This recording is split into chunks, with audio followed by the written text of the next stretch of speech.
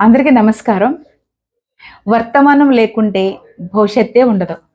అందరూ నా భవిష్యత్తు ఫ్యూచర్ అంటా ఉంటారు. అంటే వర్తమానములో మనకున్నటువంటి ప్లాన్ కానీ, వర్తమానంలో మనకున్నటువంటి క్లారిటీ కానీ, వర్తమానంలో మనకున్నటువంటి ఒక ప్లాన్ కానీ, ఇవన్నీ కలిసే భవిష్యత్తు. వర్తమానంలో ఖచ్చితంగా మనకు ప్లాన్ ఉండాలి. భవిష్యత్తు ఏమి ఉండదు. వర్తమానంలో పర్ఫెక్ట్‌గా ఉండాలి.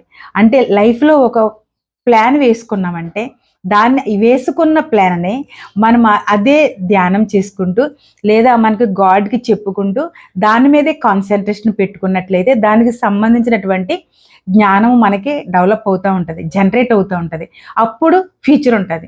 సో, అందరూ కూడా ఇప్పుడే ఈ రోజే మనం ఏం చేసాం అనేది.